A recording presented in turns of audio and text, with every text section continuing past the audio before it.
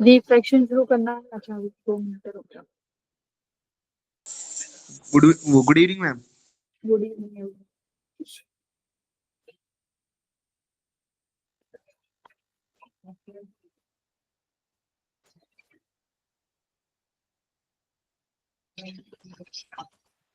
Good evening ma'am.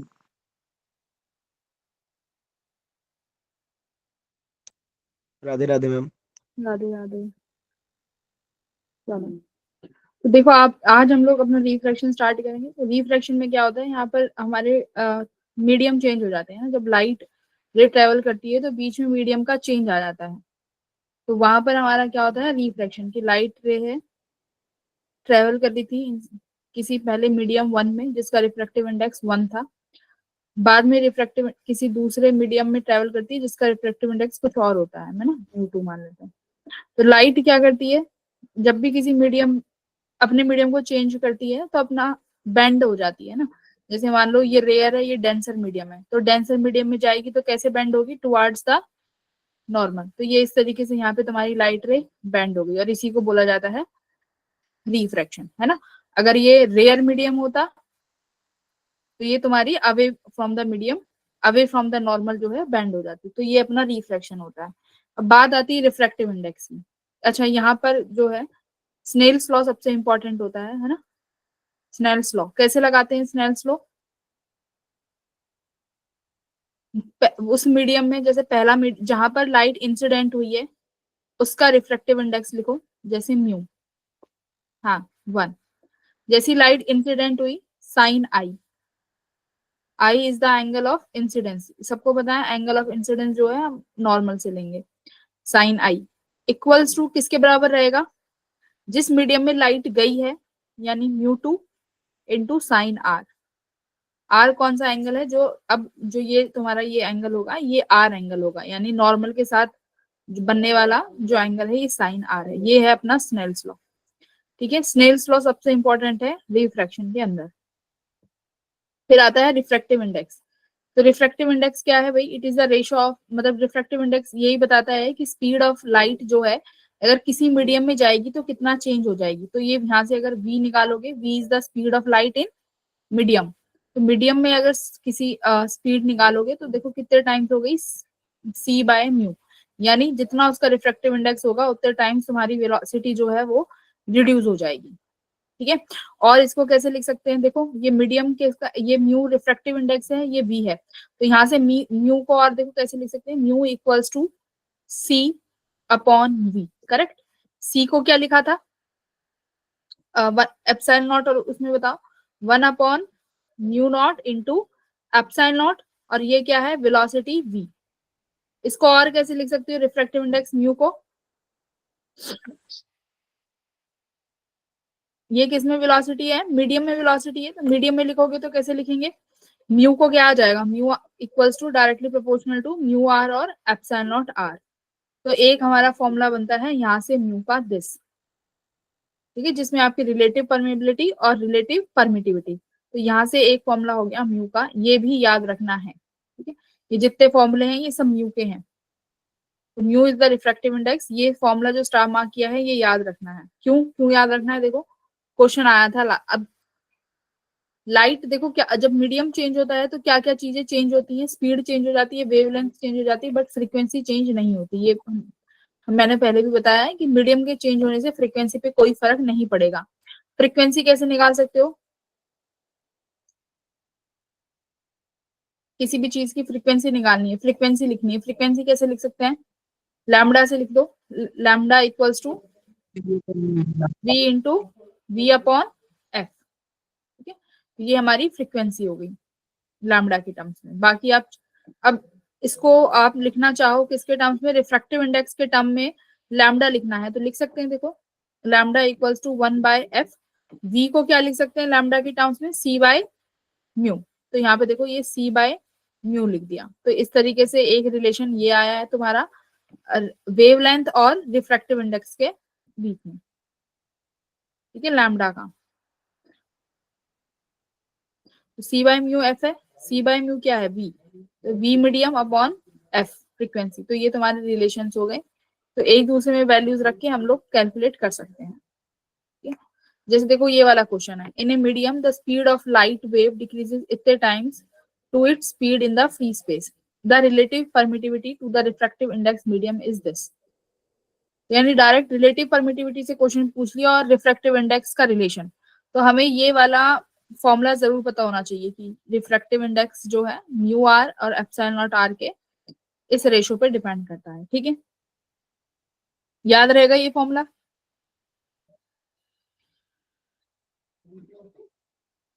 Yes, ma'am. Yes, ma'am.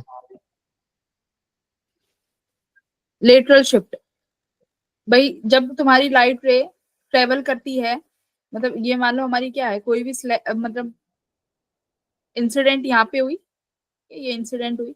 Lateral shift क्या होता है, ये इंसिडेंट हुई, मान लो ये मेरा एक स्लैब है पर्टिकुलर, ठीक है।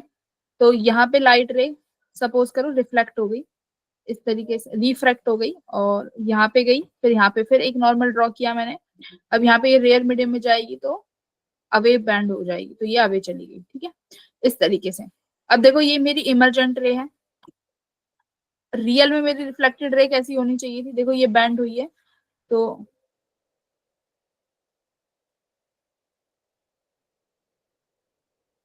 मान लो ये मेरी एक्चुअल पाथ था रे का, जो होना चाहिए था। तो जो ये डिस्टेंस होती है परपेंडिकुलर डिस्टेंस, इसी को क्या बोलते हैं, लेटरल शिफ्ट। तो ये लेटरल शिफ्ट कितने कितने क्या रिलेशन आता है इस लेटरल शिफ्ट का, क्या फॉर्मूला है लेटरल शिफ्ट का।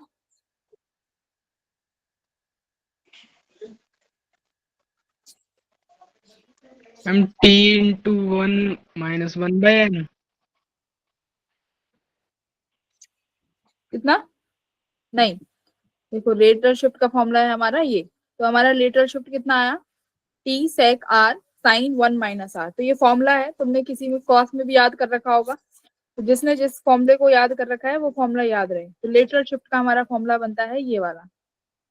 ठीक है, लेटरल शिफ्ट कई बार निकालनी आई है, तो लेटरल शिफ्ट हमें याद रखनी है कितना शिफ्ट प्रोड्यूस होती है। ठीक है, जैसे देखो ये वाला क्वेश्चन सॉल्व करो इसको, लेटरल शिफ्ट को।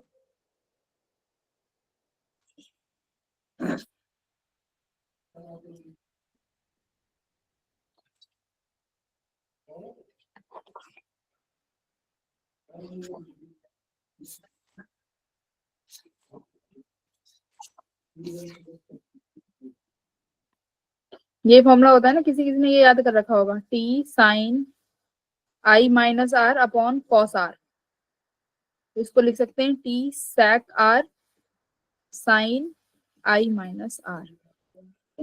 ये फॉर्मूला आपका लेटरल शिफ्ट का है, सीधा सीधा सवाल आया फॉर्मूला बेस्ड।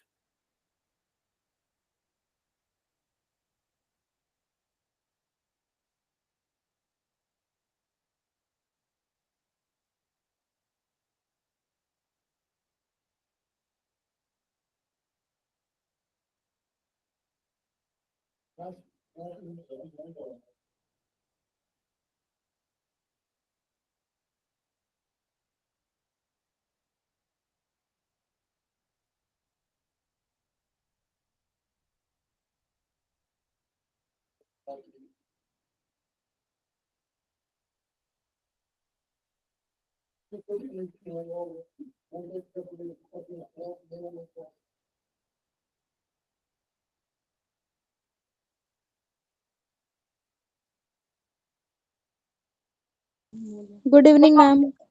Good evening.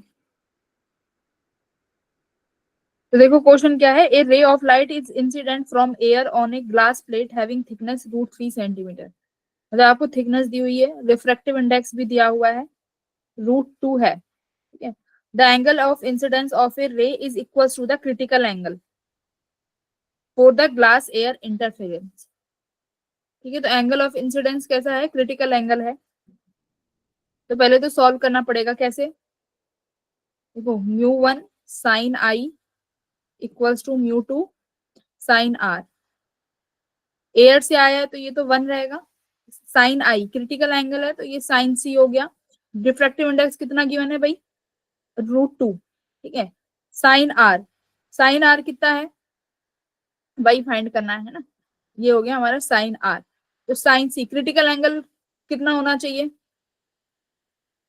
कितना आया क्रिटिकल एंगल यहाँ से, ये चीज फाइंड करो।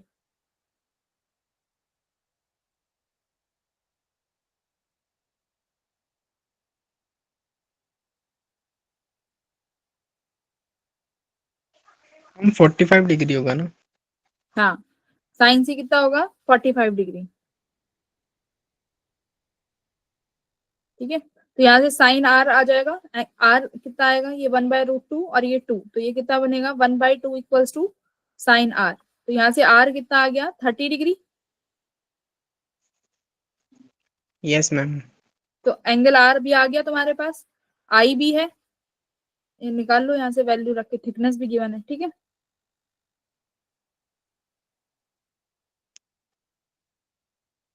Yes ma'am.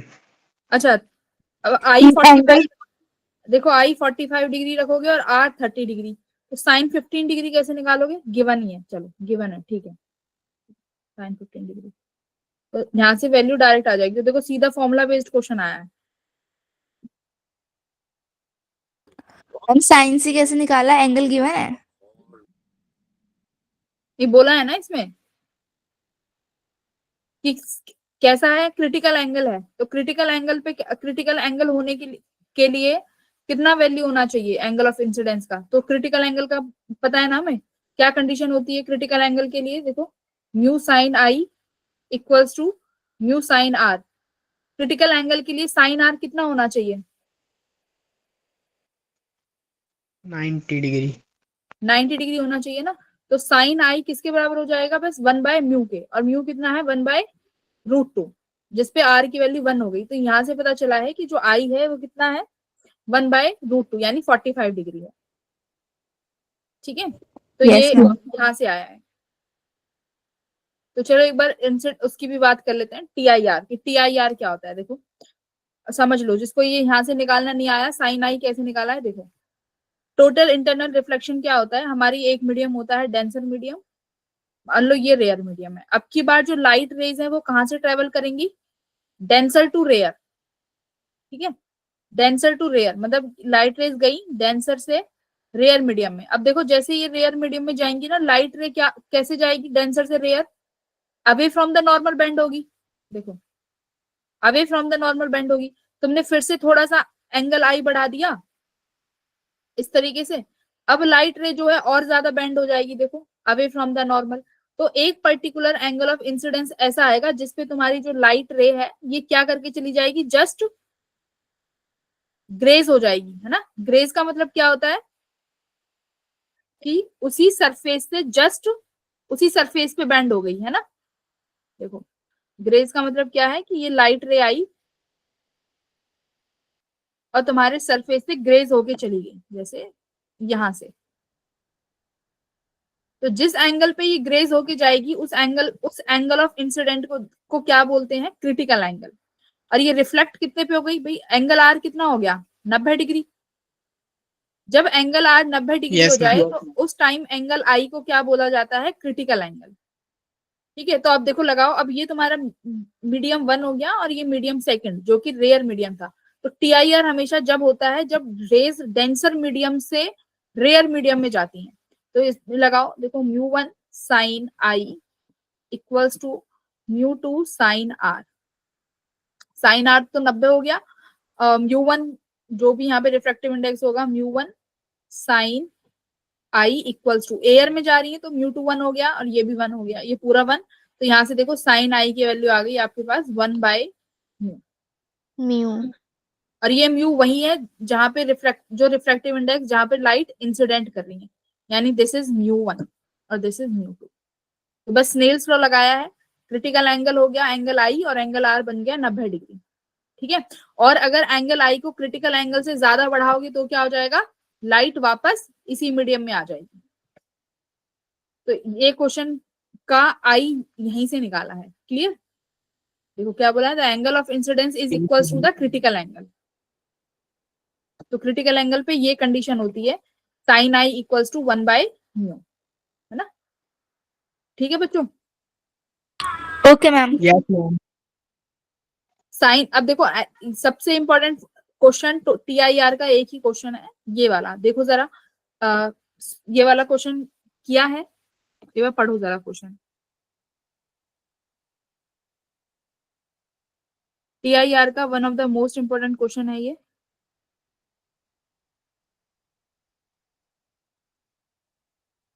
मैम सर्कल वाला क्वेश्चन। हाँ, एरिया निकाल, देखो क्या है, क्या बोल रहा है कि एक स्मॉल,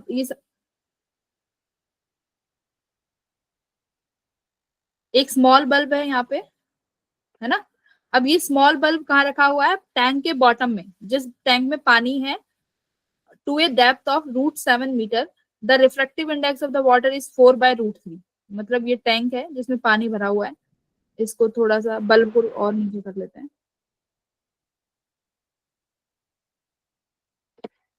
ये मेरा बल्ब है यहाँ पे। अब बोला the area of the surface of water through which light from the bulb can emerge out. अब एक बात बताओ, ये मीडियम पानी का है, मतलब ये डेंसर हो गया, और ये रेयर मीडियम है। मतलब हम ऊपर खड़े होके देख रहे हैं, तो हमें कहाँ, कितने एरिया में ये बल्ब जो है ये ग्लो करता हुआ दिखेगा। अब एक बात बताओ, डेंसर से रेयर मीडियम में जाओगे तो एक पर्टिकुलर एंगल होगा जहां पर लाइट रे ग्रेज हो गई होगी, और इससे ज्यादा लाइट रे एंगल बढ़ाओगे तो क्या होगा, लाइट रे वापस यहीं आ जाएगी, यानी लाइट रिफ्रैक्ट नहीं होगी। अगर रिफ्रैक्ट नहीं होगी तो ऑब्जर्वर देखेगा कैसे, यस और नो। ऐसे ही यहाँ पे देखो, Yes, ये ma'am. ये देखो, मान लो ये तुम्हारी वो एंगल है, इसके बाद लाइट रे देखो ग्रेज हो रही है, मतलब ये इससे टकरा के चली गई, और अगर एंगल और बढ़ाओगे तो लाइट रे वापस अंदर ही आएगी, है ना। तो इस एरिया के बाहर तुम्हें दिखेगा क्या, जरा बताओ।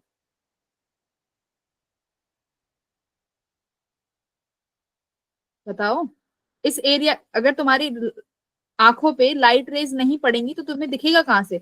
Only this is the area जहां पर तुम देख पाओगे, क्योंकि यहीं से लाइट रेज बाहर आ रही है, अदरवाइज लाइट रेज बाहर आ ही नहीं पा रही। क्या इस एरिया से बाहर लाइट रेज आ रही है? No, ma'am. नहीं आ रही ना, क्योंकि यहाँ से तो ग्रेज हो गई। अब अगर इससे ज्यादा और जाओगे तो लाइट रेज अंदर ही जा रही होंगी, तो तुम्हारी आंखों पे रेज ही नहीं जा रही, तो दिखेंगी नहीं। तो इसका वजह तुमसे ये एरिया पूछा गया है, तो ये एरिया निकाल लेंगे। देखो, ये डेप्थ हो गई, ठीक है, ये डेप्थ होगी जो गिवन है, हाइट, ठीक है। अब ये एंगल क्या होगा, मुझे पता, ये एंगल कौन सा होगा भाई, क्रिटिकल एंगल है ना ये। Yes, ma'am. ये लाइट इंसिडेंट हो रही है, देख ये क्रिटिकल एंगल हो गया ना, ये वाला एंगल, देख, है ना। अब ये रिफ्लेक्ट होती है अगर लाइट, तो इसको तू बना दे, इसको हम बना देते हैं रिफ्लेक्शन, बट ये पूरा बेंड हो गया। तो this is theta C, this is angle theta C. तो यहां से देखो, अब ये वाला, ये क्या बन जाएगा बच्चों, आर। देखो ये मिड है ना, ये रेडियस आर हो गया। अब मुझे क्या निकालना है, बस ये आर निकालना है थ्रू ज्योमेट्री। एच गिवन है कितना, √7, क्यू भी गिवन है, तो आर कैसे निकालोगे बताओ जरा। दिस एंगल इज थीटा, और अगर ये एंगल भी क्रिटिकल एंगल थीटा है तो this angle must be theta C. देखो, हाँ या ना। Yes, ma'am. भाई ये तो क्रिटिकल एंगल को तो पता ही ना, ये एंगल ऑफ इंसिडेंस है, तो ये भी आई हो गया, ये भी एंगल आई, ये भी एंगल आई। अब हमें निकालना है ये रेडियस आर। चलो सॉल्व करो, कैसे करोगे देखो। मैम tan पहले थीटा हम को यूज थीटा सी करके। हाँ, पहले तो हम वही निकालेंगे, μ1 sine theta C equals to μ2 sine theta R. तो हमें पता है ये μ2 रेयर मीडियम 1 हो गया, और ये 90 डिग्री हो गया, तो साइन थीटा सी कितना आ गया, 1/μ। म्यू कितना है भाई, 4/3। तो साइन थीटा सी निकाल लिया, हमारे पास क्रिटिकल एंगल आ गया, ठीक है। क्या कर रहे हो, ठीक है, क्रिटिकल एंगल आ गया, ये वाली हाइट है, आर निकाल लोगे, tan theta equals to perpendicular by base. ठीक है बच्चों, थीटा आ गया, परपेंडिकुलर है हाइट, आर आ जाएगा। चलो बताओ इसका आंसर, बताओ जल्दी क्या आ रहा है।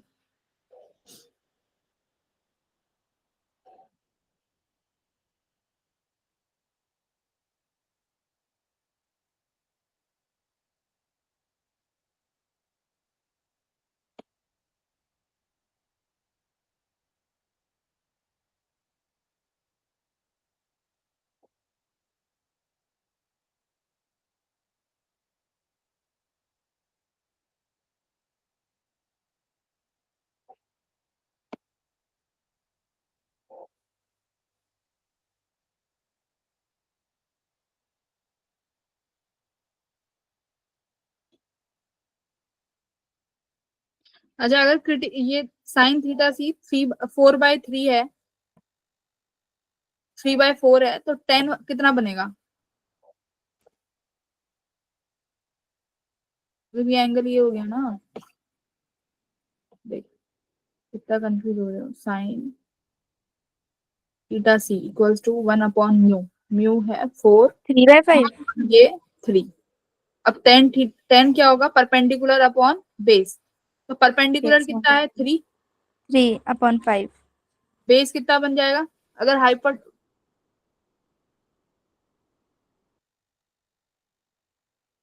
बेस कितना बन जाएगा? 5। तो सॉल्व करो यहाँ से 3/5 करके। 5 नहीं बन सकता भाई, हाइपोटेन्यूज सबसे बड़ी साइज होती है। नहीं मैम, मैम √7 आएगा ना? मैम रूट हाँ 7। रूट हाँ 7 हाँ, यस मैम। 5 कैसे बन जाएगा? नो मैम, वो लॉजिकली मेरे को लगा।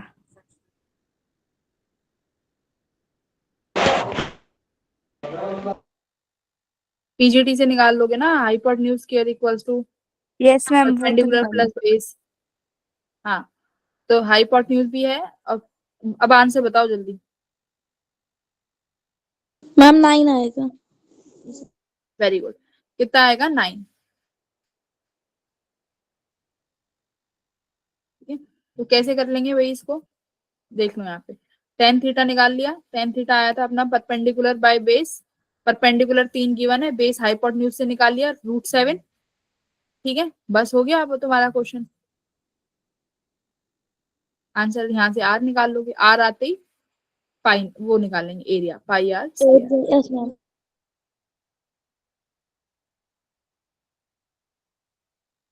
तो ये क्वेश्चन इंपॉर्टेंट है, ठीक है, टीआईआर का one of the most important question है ये। और 2000 किस में आया है? देखो 22 में आया भी हुआ है, तो ये याद रखेंगे क्वेश्चन। उसके बाद आता है plane surface refraction. Plane surface refraction बोले तो ये कौन सा है? एपरेंट डेप्थ की, मतलब कोई भी अगर मान लो हमारा ऑब्जेक्ट यहाँ पे पड़ा हुआ है, मान लो ये सरफेस है, ठीक है, ये सरफेस है, सरफेस से इसकी डिस्टेंस डी है। अगर मैं इसको यहाँ से देख रही हूँ, तो मुझे ये जो ऑब्जेक्ट की डिस्टेंस डी है, ये डी ना दिख के कुछ और दिखेगी, जिसे हम बोलते हैं एपरेंट पोजिशन। apparent depth. हाँ, एपरेंट पोजिशन।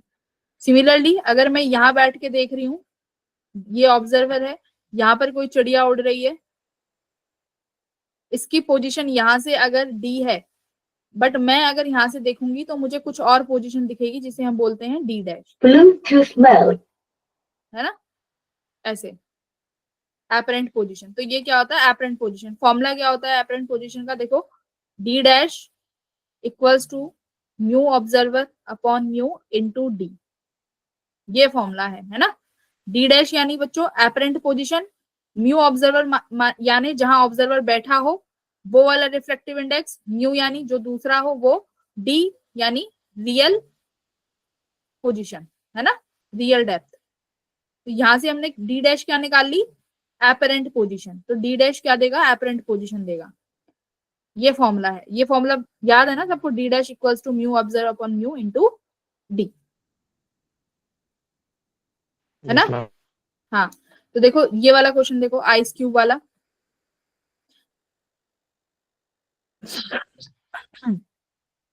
एक आइस क्यूब है जिसमें एक बबल है। व्हेन व्यूड, क्या कह रहा है? When viewed from one side the apparent distance of the bulb is 12 centimetre. मतलब अगर मैं इस साइड से देखती हूँ तो मुझे इसका एपरेंट पोजीशन जो दिखता है डी डैश, वो कितना दिखता है? 12 centimetre. When viewed from the opposite side, मतलब अब दूसरी तरफ से देखती हूँ तो यहां से मुझे इसका एपरेंट डिस्टेंस कितना दिखता है भाई? 4 सेंटीमीटर। अब आइस क्यूब की जो डिस्टेंस है वो कितना है? 24 सेंटीमीटर। म्यू पूछा है, तो बस दोनों सरफेस के लिए ये जो फॉर्मूला मैंने बताया वो लगा दो। देखो, डी डैश इक्वल्स टू क्या है? Mu observer upon mu into actual distance. तो 1 होगा। क्या हो गया? मैम ये चैट बॉक्स में observer बार बार one बातें कर रहे हैं और ये आ रहा है बार बार। कौन है ये, जरा नाम बताना इसका। मैं पता नहीं, चैट तो खुली नहीं, बड़ा मैसेज आ रहे हैं इनके, परेशान हो रहा हूँ।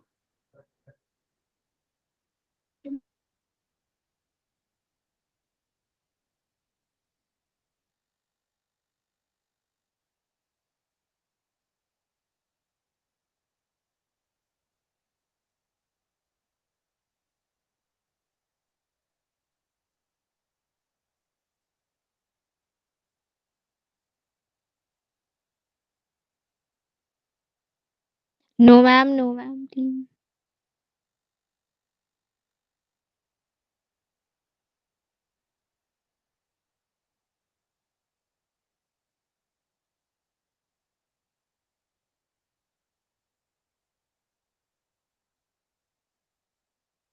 जो बच्चे पढ़ने आते हैं उन्हें पढ़ने दिया करो।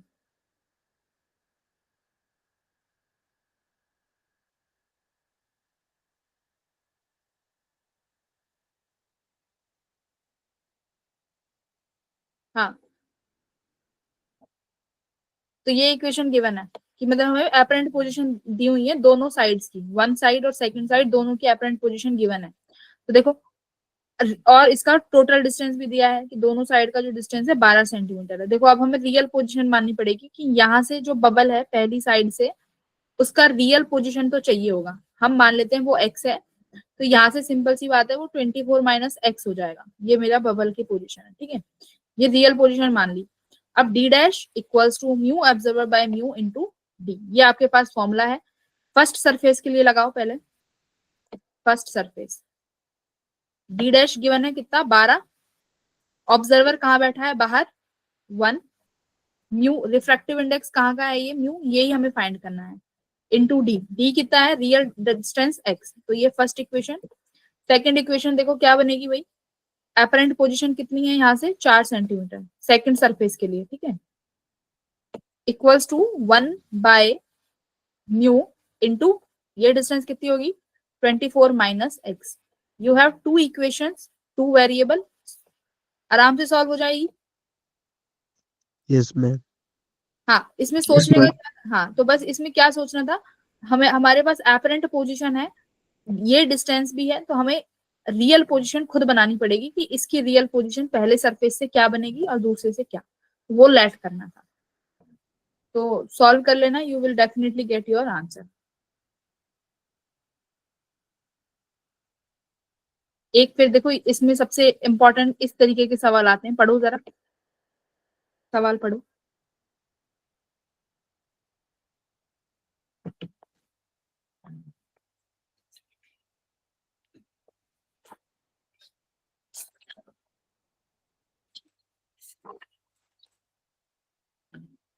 है ना, आते हैं ना ऐसे क्वेश्चन। देखो कैसे सॉल्व करने हैं, हमारे पास मान लो ये एक वेरिएबल है। देखो बहुत इंपॉर्टेंट क्वेश्चन है, लाइटली मत लेना इसको, जिसको आता है ठीक है, जिसको नहीं आता वो सीख लो, ठीक है। मेरे पास यहाँ पे एक बर्ड है और यहाँ पर एक फिश है, ठीक है, ये बर्ड हो गई। हाँ, क्या हुआ बोलो, देखो ध्यान से देख लो ये वाला क्वेश्चन, बर्ड हो गया और ये फिश हो गई। अब एक चीज ध्यान रखना, जो भी डिस्टेंस ली है ना यहाँ से, ये एपरेंट पोजीशन जो निकाली है, ये हमेशा कहाँ से ली गई है बच्चों, इंटरफेस से, है ना। ये डी डैश हमेशा कहाँ से ली है, इंटरफेस से डिस्टेंस है, ये याद रखना, ठीक है। अब मान लो ये क्या बोल रहा है, वेलोसिटी गिवन है, ठीक है, हम पहले डिस्टेंस मान लेते हैं कि जो बर्ड है वो इस इंटरफेस से कितने डिस्टेंस पे है, एक्स बी। ये फिश है, फिश का कितना मान रहे भाई, फिश का डिस्टेंस मान लेते हैं एक्स एफ, ये फिश का डिस्टेंस है फ्रॉम द इंटरफेस और ये बर्ड का है एक्स बी। चलो अब देखो क्या दिया हुआ है कि एक फिश है जो ऊपर की तरफ आ रही है इतनी वेलोसिटी से, वो खुद देखती है, ऑब्जर्व करती है कि जो बर्ड है वो नीचे आ रहा है कितनी वेलोसिटी से 12। तो यानी ये 12 कौन सी वेलोसिटी है जो किसने नोटिस करी है, Fish no. फिश ने। हाँ, यानी ये रिलेटिव है ना, यानी ये रिलेटिव वेलोसिटी हो गई, ठीक है। तो अब यही लिखेंगे, डिस्टेंस कैसे लिखेंगे, distance of bird with respect to fish, क्योंकि ये वेलोसिटी हमें गिवन है ना, तो अब इसका मतलब अगर मैं इस डिस्टेंस को टाइम के साथ डिफरेंशिएट कर दूं, वही तो मुझे गिवन है 12, है ना भाई। मैंने लिखा position of bird with respect to fish, और मुझे वेलोसिटी भी ये 12 कौन सी गिवन है, velocity of bird with respect to fish. अगर मैं इसको टाइम के साथ डेरिवेट करूंगी तो मुझे ये 12 ही तो मिलेगा, तो इसलिए Yes, मैंने X B with respect to F लिखा। चलो अब मुझे ये डिस्टेंस बताओ कितनी है, बर्ड की डिस्टेंस फिश से कितनी दूर है। पहले तो एक्स एफ दूरी इंटरफेस, ठीक है, ये वाली दूरी इंटरफेस वाली एक्स एफ लिख दिया, फिश से इंटरफेस की दूरी एक्स एफ। अब Except एक बात देखो, अगर ऊपर जाएंगे एक्स बी जब लिखोगे तो ये एक्स बी नहीं रहेगा, क्यों, क्योंकि अब ये फिश के लिए जो बर्ड है ये अपरेंट पोजीशन में दिखेगा बर्ड को, फिश को, yes, ma'am. तो ये अपरेंट पोजीशन कितनी बनेगी, मान लो ये रिफ्रैक्टिव इंडेक्स इसका म्यू है और इसका ये 1 है। चलो अपरेंट पोजीशन बताओ बर्ड की विद फिश को जो दिखेगी। Mu X B. Very good, Mu बहुत plus अच्छी, है ना, अच्छा, म्यू into हो प्लस। जाएगा मैम ये।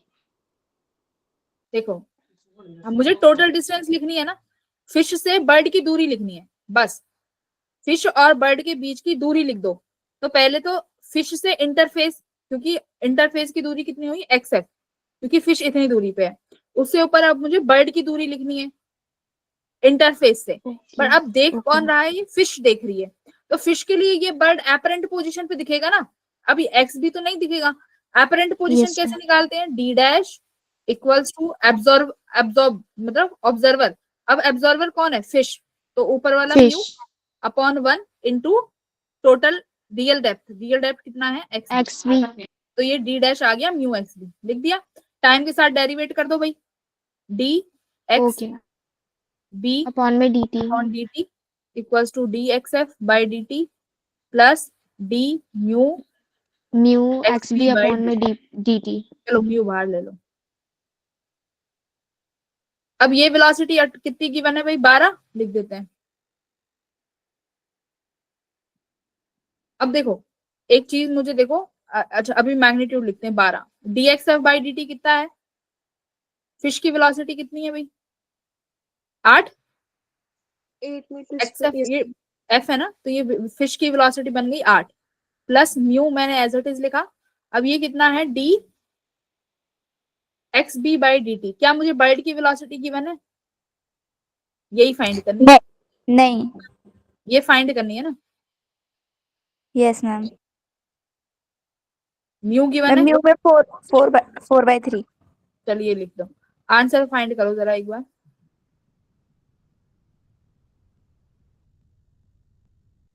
तो बताओ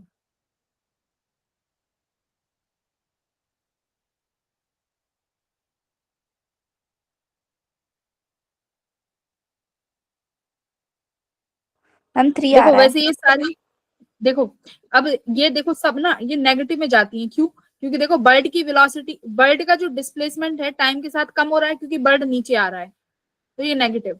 फिश कहाँ जा रही है, ऊपर, तो फिश का डिस्टेंस भी क्या हो रहा है, कम हो रहा है, ये नेगेटिव आता है। ये सारी ये वाला ये भी नेगेटिव आएगा, तो ये साइन है, बट इससे तुम्हारे आंसर पे फर्क नहीं पड़ेगा, बट ये के साथ डिक्रीज हो रही है। आंसर क्या आया, मैम 3 आ रहा है वैसे तो। Ma'am sine. सबका 3 आ रहा है, एक बार मैच करो, एक बार चेक कर लेते हैं आंसर। नहीं नहीं साइन नहीं लगाओगे तो भी चलेगा, क्योंकि ये सारे नेगेटिव हो जाएंगे। पर ये मैं बता रही हूँ कॉन्सेप्ट के लिए, बर्ड की वेलोसिटी विद टाइम डिक्रीज हो रही है -12, फिश की भी डिक्रीज हो रही है -8, मतलब वेलोसिटी नहीं सॉरी पोजीशन, टाइम के साथ पोजीशन डिक्रीज हो रही है, ये -8 ऐसे ये वाली जो वेलोसिटी है डिस्प्लेसमेंट है ये भी माइनस हो जाएगी, तो उससे उसमें तुम्हारा ठीक है। वेलोसिटी कितनी आई 3 मीटर, क्योंकि ये सारे नेगेटिव हो जाएंगे तो जिसकी वजह से हमारे आंसर पे इफेक्ट नहीं आएगा, ये रीजन है। तो ये क्वेश्चन भी बहुत इंपॉर्टेंट है, याद रहेगा बच्चों कैसे करना है। पोजीशन लिख दो, क्योंकि हमें पोजीशन लिखनी आती है, और उन पोजीशंस को हम क्या कर सकते हैं, डेरिवेटिव, डिफरेंशिएट कर दो, वेलोसिटी में आंसर आ जाएगा। ठीक है, Yes, ma'am. Yes ma'am. Position लिख दो बर्ड की फिश के साथ, अगर उल्टा होता तो फिश का बर्ड के साथ लिख देते, बाकी फिर तुम्हें एपरेंट पोजीशन निकालनी आती है। बस याद ये Yes, रखना ma'am. डिस्टेंस जो है हमेशा इंटरफेस से ली जाती है, बस। उसके बाद देखो आता है shift produced by A slab. Shift produced by slab कितना शिफ्ट प्रोड्यूस करती है अगर एक स्लैब रखें तो?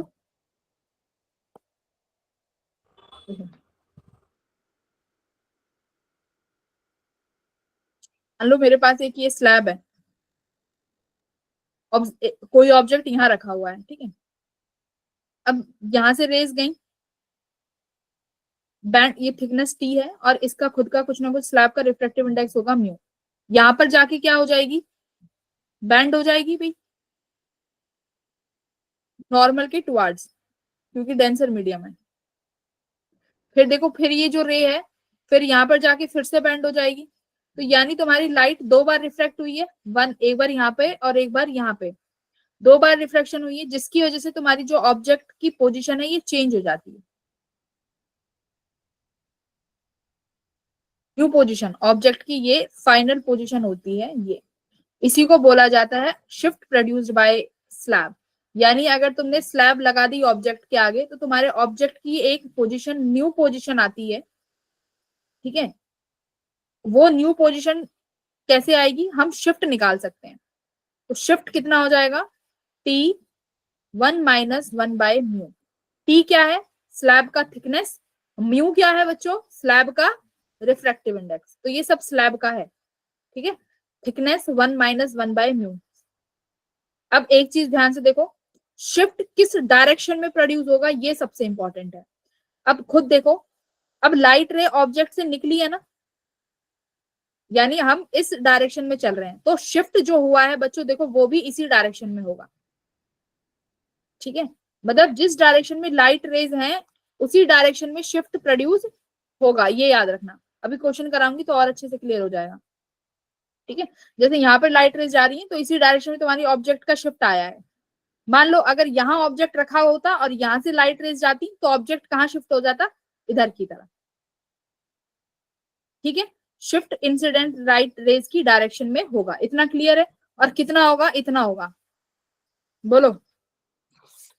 Yes ma'am. बस अभी इतना याद रखो, शिफ्ट कितना आएगा? T 1 - 1 by mu. क्वेश्चन कैसे सॉल्व करने वो देखो अभी मैं।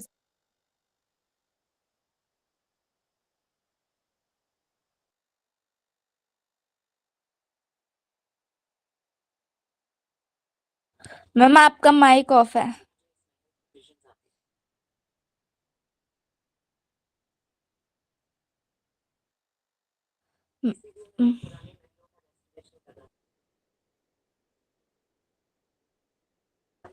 मैम आपका माइक ऑफ है।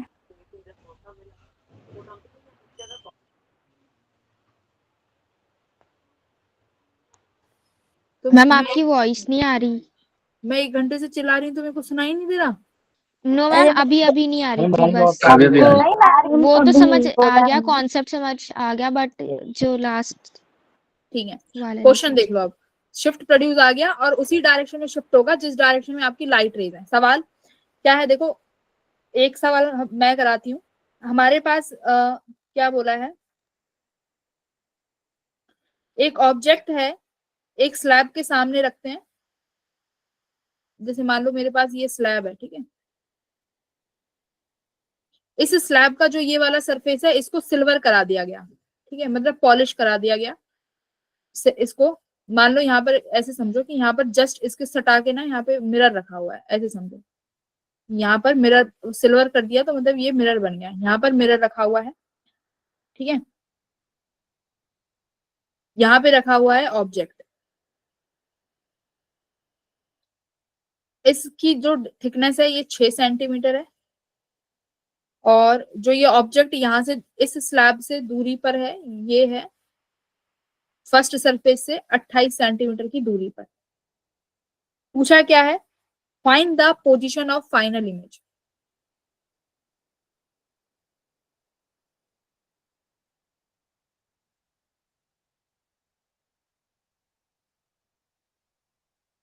इस क्वेश्चन को ऐसे समझो कि पहले मेरे पास एक मिरर था बस, उस मिरर से ऑब्जेक्ट की दूरी कितनी है, देखो 28 प्लस 6 है ना, 28 प्लस 6 कितने हो गए,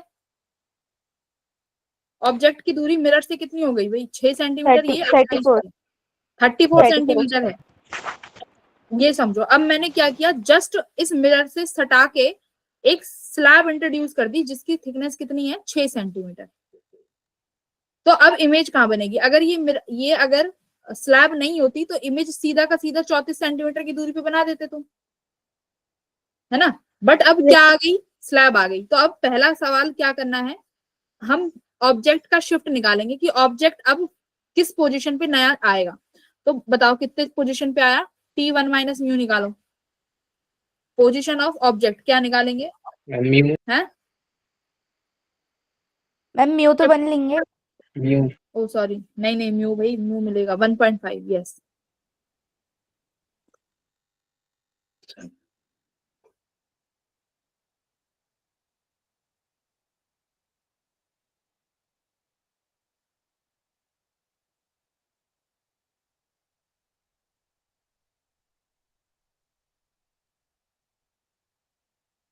मैम T/3। देखो अब, हाँ थिकनेस भी तो है 6 सेंटीमीटर। ऑब्जेक्ट शिफ्ट, अब देखो ऑब्जेक्ट की नई पोजीशन बनेगी, पहले हम वो निकालेंगे ऑब्जेक्ट की नई पोजीशन। ऑब्जेक्ट कितना शिफ्ट किया भाई, T1 minus 1 by mu. Thickness कितना गिवन है, 6 सेंटीमीटर, 1 माइनस ये कितना आया भाई, 1/1.5 कितना आया, सॉल्व करके जल्दी बोलो। 1/3। 1/3 आया है। हाँ अंदर का तो 2 आंसर आ जाएगा ना। हाँ अच्छा, पूरा बताया करो भाई। ठीक है, तो 2 सेंटीमीटर, ठीक है। अब मतलब तुम्हारा ऑब्जेक्ट 2 सेंटीमीटर से शिफ्ट हुआ, पहले डायरेक्शन, ऑब्जेक्ट से रेज इधर की तरफ ही निकलेंगी, तभी ये इसको वो कर पाएगा क्रॉस, देखो तभी इसको क्रॉस करेगा। तो यानी ऑब्जेक्ट 2 सेंटीमीटर यहाँ शिफ्ट हो गया, ठीक है। तो ऑब्जेक्ट का अब दूरी कितना हुआ, मिरर से कितना दूरी बना, पहले कितना था, 32 था ना, यहाँ देखो तुमने बताया नहीं, 34 सेंटीमीटर था, है ना। तो अब 2 सेंटीमीटर से ऑब्जेक्ट शिफ्ट हो गया, यानी ऑब्जेक्ट की नई पोजीशन यहाँ आ गई, ओ डैश, कितनी दूरी पे, 32 सेंटीमीटर। पर पूछा क्या है, इमेज। अब देखो, अब इस ओ डैश के हिसाब से इमेज भी कितनी दूरी पे बनेगी, आई डैश, 32 सेंटीमीटर। सुनो 32 बननी चाहिए ना भाई, मिरर से ओ डैश जो है यस 32 मैम। सेंटीमीटर की दूरी पे है, यस तो वो मैम इमेज भी 32 पे बनाएगा। बट अब क्या होगा, रिफ्लेक्शन एक बार और होगी ना,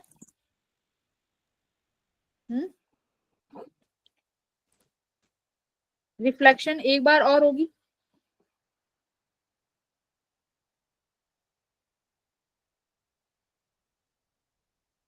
ये तो 32 आ गया, अब क्यों होगी देखो, अब लाइट रे इस सिल्वर्ड वाले सर, यानी ये मिरर है ना, इस मिरर से लाइट रे एक बार और टकराएगी। जब भी इमेज की बात आए तो समझ लो 2 बार तुम्हें शिफ्ट लगाना है। ऑब्जेक्ट पूछे तो एक बार, इमेज पूछे तो समझो 2 बार शिफ्ट लगाओगे। क्यों, इमेज यहाँ पर लाइट रे दोबारा टकराएंगी इससे, और इस स्लैब को एक बार और क्रॉस करेंगी, स्लैब से एक बार और लाइट रे क्रॉस करेंगी, जिसकी वजह से अब इमेज शिफ्ट होगी। तो अब देखो, अब लाइट रे किधर की तरफ रिफ्लेक्ट हो रही है, ये गई यहाँ से रिफ्लेक्ट होके अब इस तरफ आई लाइट रेज। तो अब इमेज की जो डायरेक्शन है ये हो गई ना इस तरफ, यानी एक बार शिफ्ट दोबारा आएगा वही 2 सेंटीमीटर का, बट उसकी डायरेक्शन चेंज हो जाएगी। यानी आई डैश जो पहले 32 सेंटीमीटर बन रहा था, वो दोबारा से 2 सेंटीमीटर और शिफ्ट हो जाएगा। तो यानी अब कितना, आई डबल डैश कितने पे बना, 30 सेंटीमीटर है, 30 सेंटीमीटर। यानी जब भी इमेज की बात करी जाए, फाइनल इमेज, तो कितनी बार शिफ्ट लगाना है, 2 बार, क्योंकि एक बार ऑब्जेक्ट की वजह से होगा और एक बार रिफ्लेक्शन की वजह से होगा, सॉरी रिफ्रैक्शन की वजह से, जो दोबारा काट के जाएगी स्लैब को। यानी स्लैब यहाँ पर 2 बार यूज हुई है, एक बार तो ऑब्जेक्ट की रेज गई है जब, और एक बार जब मिरर से रिफ्लेक्ट होके आई है तब। मैम फिर वो तो सामने बनना चाहिए ना, पीछे थोड़ी ना बनेगा 30 सेंटीमीटर। नहीं नहीं, इमेज है ना, इमेज शिफ्ट हो जाएगी इमेज की वजह से, अच्छा इमेज, ठीक। इमेज शिफ्ट होगी। हाँ नहीं, सामने नहीं बनेगी, इमेज वहीं रहेगी, मिरर है, तो वो 2 बार शिफ्ट लगाना है। ठीक, एक बार ऑब्जेक्ट शिफ्ट किया तो 2 सेंटीमीटर पर 32 बन गई। अब एक बार दोबारा रिफ्लेक्ट होगी, तो रिफ्लेक्ट होगी दोबारा से, यानी दोबारा से स्लैब से लाइट फिर पास करेगी, यानी दोबारा शिफ्ट आएगा। तो अब शिफ्ट की डायरेक्शन चेंज हो जाएगी, क्योंकि लाइट रेज अब लाइट रेज जब दोबारा आएंगी तो किस डायरेक्शन में आ रही है, इसको क्रॉस करते हुए, देखो ऐसे, है ना। देखो भाई, पहले जब क्रॉस करके गई थी तो ऐसे क्रॉस करके गई थी, अब जब मिरर से रिफ्लेक्ट होके वापस क्रॉस करेंगी तो ऐसे क्रॉस करेंगी, तो दोबारा शिफ्ट इस डायरेक्शन में लगाया है। ठीक है, नहीं भाई तुम्हें नहीं समझ में आ रहा भाई, ये क्लास में मैंने बहुत बार समझाया था।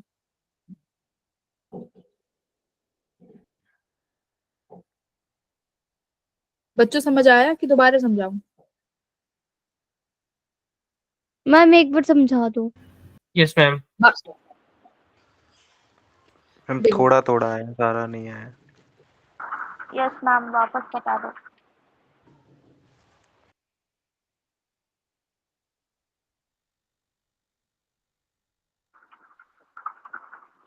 मैम आपकी वॉइस नहीं आ रही। हाँ अभी बोल दी। मैम देखो ये आप ऑब्जेक्ट है, हाँ हाँ। अब ये ऑब्जेक्ट से ये एक बार क्रॉस हुआ तो एक शिफ्ट आया, एक शिफ्ट निकाल लिया तुमने। ठीक है, लाइट रेज गई, टकराई, वापस आएंगी, तो यानी कितनी बार इस स्लैब को क्रॉस किया लाइट रेज ने? 2 बार। तो बस 2 शिफ्ट निकाल लो कि ऑब्जेक्ट कितनी बार, ऑब्जेक्ट का शिफ्ट निकाल लो। तो पहली बार में ऑब्जेक्ट चेंज हुआ इस डायरेक्शन में, जो आप डेल एक्स निकालोगे, इस नए ऑब्जेक्ट की वजह से यहाँ पर नई आई डैश बनेगा। ठीक है, बट अब की बार जब लाइट रे, देखो लाइट रे टकरा गई, ठीक है, टकरा के दोबारा यहाँ से जाएंगी, अब शिफ्ट इस डायरेक्शन में लेंगे।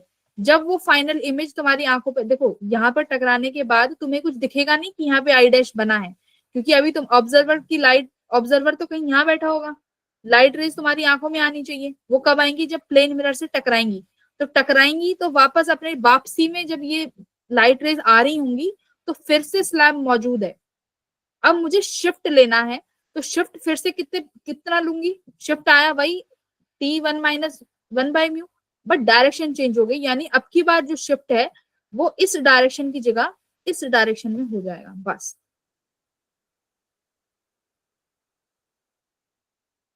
ठीक है, एक बार क्वेश्चन करो, तब क्वेश्चन से ज्यादा अच्छे से क्लियर होगा। एक क्वेश्चन तुम लोग करो, ठीक है। सुनो, ये मेरी एक स्लैब है, थिकनेस इसकी 20 सेंटीमीटर है, रिफ्रैक्टिव इंडेक्स इसका 3/2 है, और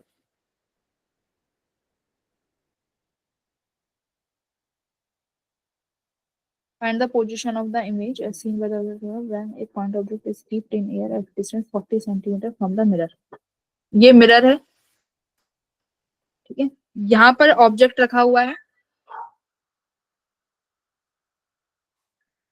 ऑब्जेक्ट जो है मिरर से 40 सेंटीमीटर की दूरी पर है। Find the final position of image.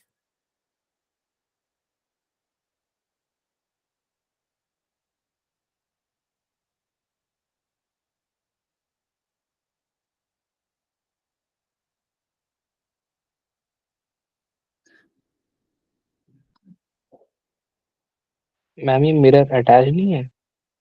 नहीं, मिरर लगा है ना, मिरर के बिना इमेज कैसे बनाओगे? नहीं, कह रहा हूँ अटैच नहीं है स्लैब के साथ। नहीं, ये अटैच नहीं है आपकी बार। 40 सेंटीमीटर की दूरी पे ऑब्जेक्ट से, और ये थिकनेस है इसकी 20 सेंटीमीटर, बस इतना गिवन है। Find final image position. बनाओ मत, पहले ऑब्जेक्ट की नई पोजीशन बताओ, ओ डैश।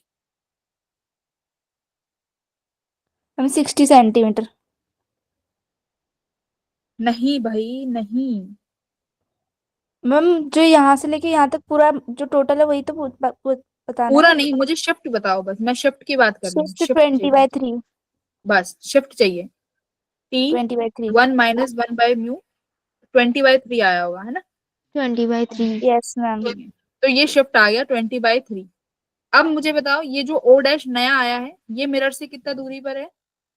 60 सेंटीमीटर।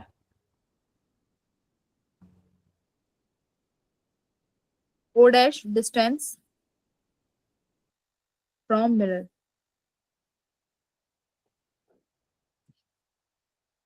-40 - 20/3, ये क्या होगा? यस मैम, ऐसे नहीं करा बट तो ये कितना आया? 100/3 सेंटीमीटर। भाई 60 तो नहीं आया? नहीं मैम, वो मैं ऐड कर रही थी पिछले क्वेश्चन की तरह, सॉरी ऐड क्यों कर दिया? मैम, वो ये पिछले ऑब्जेक्ट क्वेश्चन यहाँ में करा था ना, इसलिए। वहां ऐड कहाँ अब किया देख है? टोटली 40 है। मैम, एक्चुअली पिछले क्वेश्चन में ना 6 सेंटीमीटर प्लस 28 सेंटीमीटर था, वो वाला। रट लो बैठ के सवाल। ये एक बात बताओ, ये ऑब्जेक्ट यहाँ है और तुमने इसको इधर की तरफ शिफ्ट करना है ना। मैंने क्या बोला है? रेज जिस डायरेक्शन में जाएंगी उस डायरेक्शन में शिफ्ट है, तो शिफ्ट यहाँ आया। तो कोऑर्डिनेट हाँ, तुम खुद बताओ कि बढ़ा है कि घटा है कोऑर्डिनेट। ओ डैश नजदीक आ गया ना, ओ डैश घटा है। Yes ma'am. तो यस घटाएंगे मैम। ना। यस बढ़ा मैम। क्यों दिया? जिस सॉरी मैम। डायरेक्शन में है उसी डायरेक्शन में चलना है। तो इस डायरेक्शन में रेज है, टकराएंगी कब? यहाँ से रेज कैसे टकरा सकती हो? अगर इधर लेके जाओगी तो रेज टकराएगी नहीं। रेज तो इधर लेके जानी पड़ेगी तभी टकराएगा। टकराएगा तो हमें जो भी चेंज है वो इसी डायरेक्शन में लेना है, यानी ऑब्जेक्ट यहाँ पर चला जाएगा। चला गया कितने पे? 100/3 पे टकरा गया। अब यहाँ से रेज निकलेंगी, फिर से वो किससे टकराएंगी भाई? इमेज से। मतलब अब यहाँ पर जो इमेज बन रही होगी वो 100 जो नई I1 बनी है वो कितनी दूरी पे बनी है? 100/3 दूरी पे बन गई। ये I1 है। अब फाइनल इमेज की बात है, ये इसकी वजह से I1 बन गई। अब ये दोबारा शिफ्ट लेके आया। अब दोबारा कितना शिफ्ट लेके आएगा भाई? शिफ्ट तो सेम ही रहेगा, टी और म्यू पे डिपेंड है, 20/3। बट अब शिफ्ट की डायरेक्शन इस इमेज के लिए इस इधर की तरफ हो जाएगी। तो न्यू इमेज कैसे बनाओगे? 100/3 डायरेक्शन देखो इधर की तरफ है ना, तो इमेज का कोऑर्डिनेट भी क्या हुआ? घटा है ना 20/3 से। तो 100 माइनस फिर से देखो मैंने 20/3 किया, तो कितना आंसर आ गया? 80/3 सेंटीमीटर। Yes ma'am. तो इमेज कितनी दूरी पे बन गई? 80/3। तो ये मेन ये कॉन्सेप्ट है। अब डायरेक्शन भी देखो, अब शिफ्ट जब दूसरी वाली रिफ्लेक्शन हुआ तो इस बार हुआ ना इधर की तरफ, लेफ्ट की तरफ जा रहे थे। दूसरी बार रिफ्लेक्ट जब वो उसको करके गई क्रॉस, तो मैंने I1 की तरफ इसको लेफ्ट में किया है ना। तो इसकी तरफ इस तरीके से हमें चलना है। देखो ये इंपॉर्टेंट क्वेश्चन है, अब तक ये आना चाहिए मेरे अकॉर्डिंग, तो आना चाहिए। शिफ्ट का क्वेश्चन है पर देख लेना, याद रहेगा क्या करना है। Yes ma'am. तुम गुल हो गए सारे। Ma'am yes ma'am. मैम इसका कॉन्सेप्ट एक बार फिर से बता दोगी? बच्चा सारा इसी में क्लास चला जाएगा, बहुत कुछ कराना है। एक बार बस शॉर्ट में। अच्छा जिसको समझ में आया एक बार वो समझाना। मैम मैं सॉरी। हाँ कोई बात नहीं, समझाओ बिल्कुल। बोलो प्रगति बोल। मैम मैं नहीं समझा रही। अच्छा ये बताओ कंफ्यूजन क्या है, जब भी तो मैं कुछ समझाऊंगी। मैम मैं इमेज की जो लेंथ मतलब आई है ये कैसे इतना हुआ? मैम जितना ऑब्जेक्ट शिफ्ट होगा उतनी ही इमेज भी शिफ्ट होगी क्या? हाँ क्योंकि प्लेन मिरर की प्रॉपर्टी है ना कि प्लेन मिरर यस से मैम। ऑब्जेक्ट जितनी दूरी पर है इमेज भी उतनी दूरी पर ही बनेगी, ओके मैम।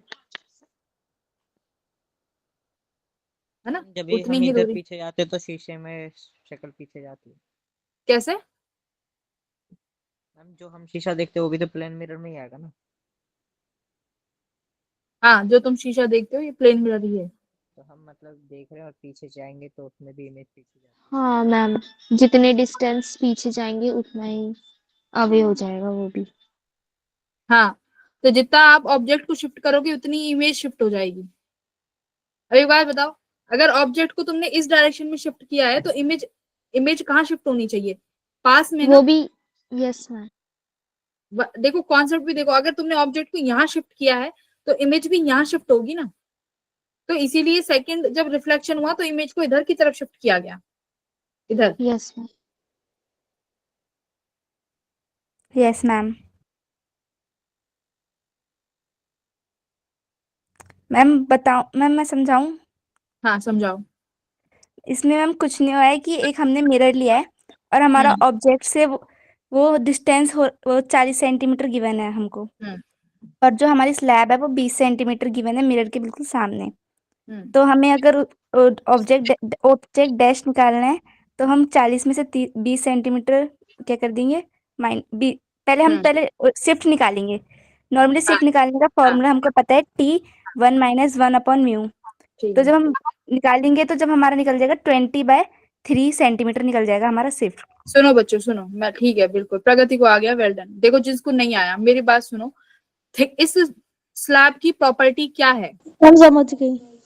नहीं समझी तो इस स्लैब की प्रॉपर्टी देखो, अगर लाइट रेज इसमें से इधर की तरफ रिफ्रैक्ट हो रही हैं तो जो भी ऑब्जेक्ट है उसका शिफ्ट इधर होगा।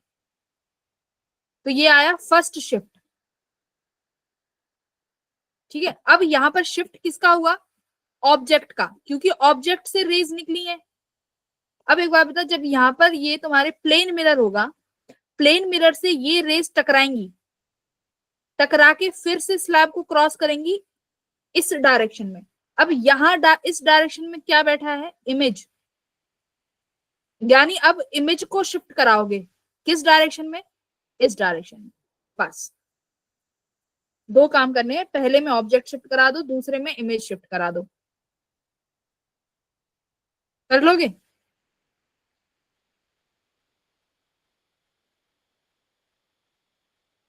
Yes ma'am.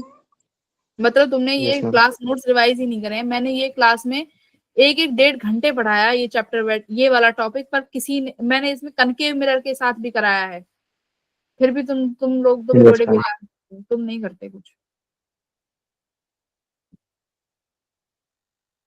अगर ये आएगा तो सिर्फ और सिर्फ प्लेन मिरर के साथ आएगा, और फिर तुम लोग इसको छोड़ के आ जाना, है ना? No ma'am.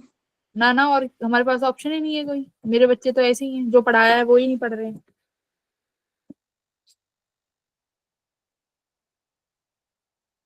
तो क्या निकालना है? इमेज निकालनी है। सबसे पहले शिफ्ट निकालो, नया ऑब्जेक्ट, नए ऑब्जेक्ट की वजह से पहली इमेज, पहली इमेज से फिर एक बार और शिफ्ट निकाल दो। स्टेप क्या है? फर्स्ट स्टेप, ऑब्जेक्ट का शिफ्ट।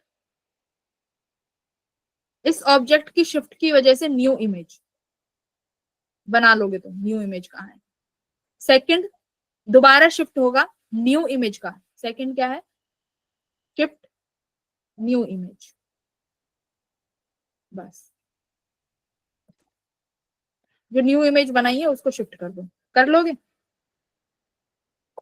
कर लेना, नहीं कर पाओ तो अब मैं कुछ नहीं कर सकती तुम्हारा।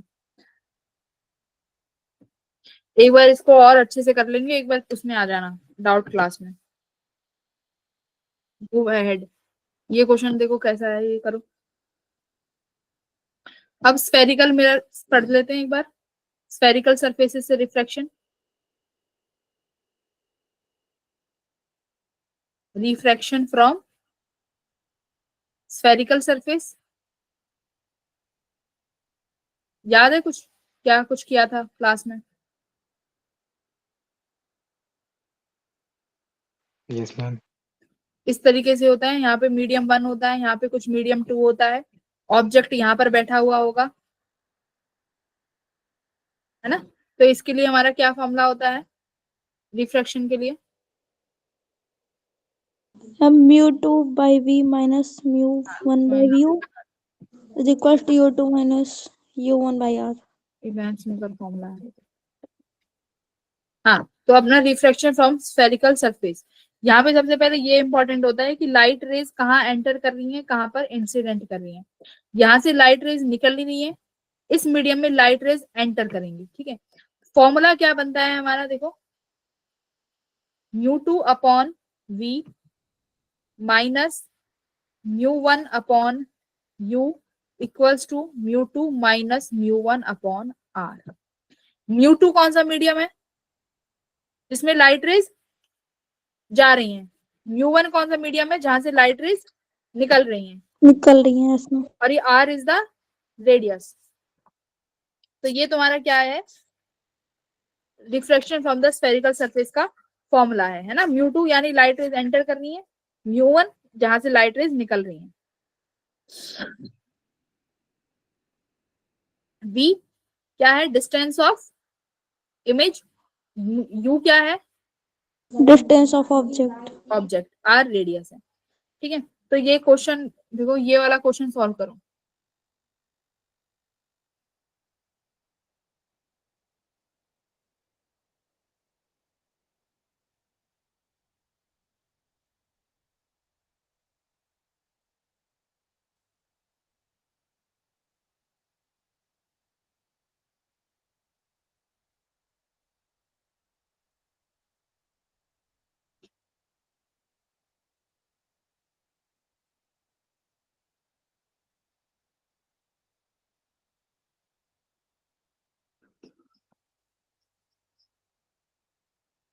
Ma'am -30 centimetre. ठीक है, कितना आया, -30 सेंटीमीटर। तो सारी वैल्यूज रख लोगे। क्या कह रहा है, two transparent medium having refractive index this are separated by a spherical refracting surface, radius of curvature 30 centimetre. एक डेंसर मीडियम है, दूसरा ये, सारी वैल्यूज गिवन है, वैल्यूज रख देना, है ना, and you will get your answer, v की वैल्यू।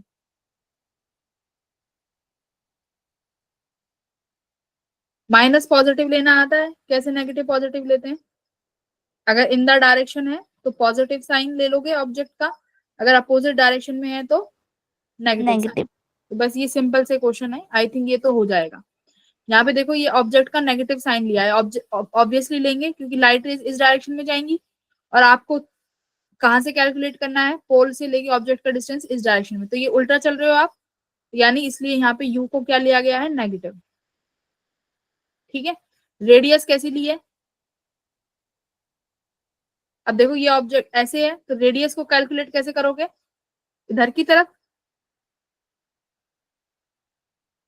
मैम ये भी नेगेटिव। पॉजिटिव। भाई आर क्यों नेगेटिव आएगी, लाइट रेज तो इसी डायरेक्शन में है ना, और जब सेंटर ऑफ कर्वेचर कहीं यहाँ बन रहा होगा इसका, रेडियस को पोल से यहाँ मेजर करने के लिए इस डायरेक्शन में जाओगी, तो लाइट रेज की डायरेक्शन में तो आर तो पॉजिटिव ही रहेगी। ठीक है, तो Yes, are ma'am. Is positive. तो सीधे फॉर्मूला बेस्ड क्वेश्चन आए हैं, फॉर्मूला याद रखना, ध्यान रहे म्यू2 म्यू1 का क्या है, म्यू2 लाइट एंटर, म्यू1 जहां से निकल रही है, बस ये इंपॉर्टेंट है।